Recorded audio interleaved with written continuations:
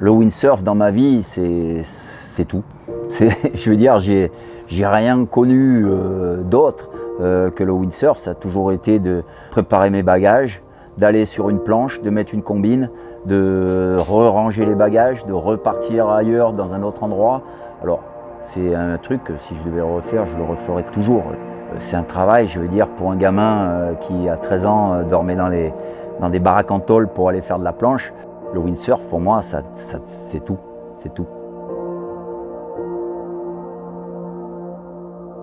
J'ai commencé en fait le windsurf dans les années 76 avec des planches windsurfer sur le port de Hyères, dans le Var. J'ai aimé de suite la confrontation avec le jouet et avec les éléments. Je partais en vélo de La Valette tous les jours et je allais au port de Hyères où je dormais le soir souvent, les 3/4 du temps, dans des baraques en tôle, tu sais, les baraques en tôle. J'avais ma planche et mon duvet et je dormais le soir pour être là le matin pour pouvoir aller windsurfer.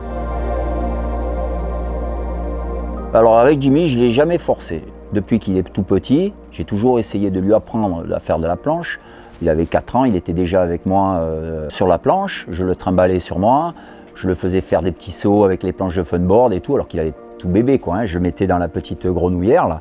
Et à l'âge de 12 ans, je me rappellerai toujours la première fois où il a amorcé, où il y a eu un déclic au niveau de la vitesse.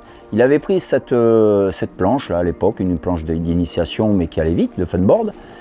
Et il s'est mis à planer, à partir à fond, avec juste un pied dans le strap. N'importe quel gamin aurait lâché la voile, ça allait trop vite. Et lui, il m'a sorti cet effet un peu de puissance là qu'il a en navigation. J'étais impressionné. Et là, je me suis dit, il y a peut-être quelque chose à faire avec lui. Mon père, ouais, c'est vrai que ça a été une star pendant des années, hein. Il a fait la Coupe du Monde pendant plus de 30 ans. Forcément, il fallait que je me mette à la planche à voile, que j'essaie au moins. Et ça m'a plu. Du coup, il m'a bien aidé au niveau du matériel, il me donnait plein de conseils et même je m'entraîne encore avec lui, hein. On jibe ensemble, on fait les speed tests ensemble et tout, donc oui, c'est grâce à lui si je fais de la planche à voile en compétition aujourd'hui, quoi. Premier voyage à Hawaï, première session à Kanaha Beach. 15 nœuds, taille de mât, et on s'est régalé. C'était l'eau à 28 degrés. Je me rappelle, on surfait ensemble, ça veut dire que je faisais le bottom, lui il partait derrière, il faisait le roller, moi je passais derrière, le truc.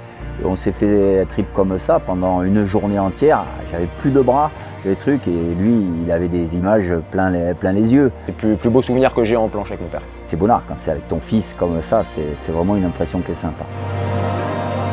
Dès que j'ai commencé la planche à voile, mon père il était directement chez Fanatic et North du Houghton. Donc oui, j'ai toujours navigué avec des Fanatic. Donc depuis tout petit, mes premiers plannings ça s'est fait avec les Fanatic jusqu'à maintenant, quoi. Ce que mon père m'a enseigné de mieux, c'est tout d'abord les jibes, parce que c'était un très bon jibeur à l'époque. Et surtout il m'a dit, un jour les départs c'est 50% de ta course. Voilà, c'est ce que vraiment j'ai appris le mieux de lui, et du coup je travaille départ et jibe.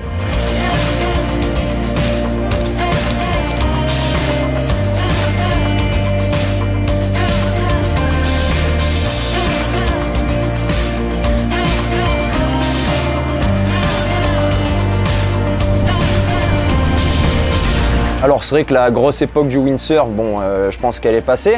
J'espère en tout cas que ça va bien remonter parce que c'est vraiment un sport hyper fun. Il y a beaucoup de monde qui aime ça, même depuis quelques années chez nous. Il y a énormément de monde qui viennent reprendre des cours de windsurf. Des personnes, ça fait 20 ans qu'ils n'en ont pas fait, ils reviennent faire du windsurf.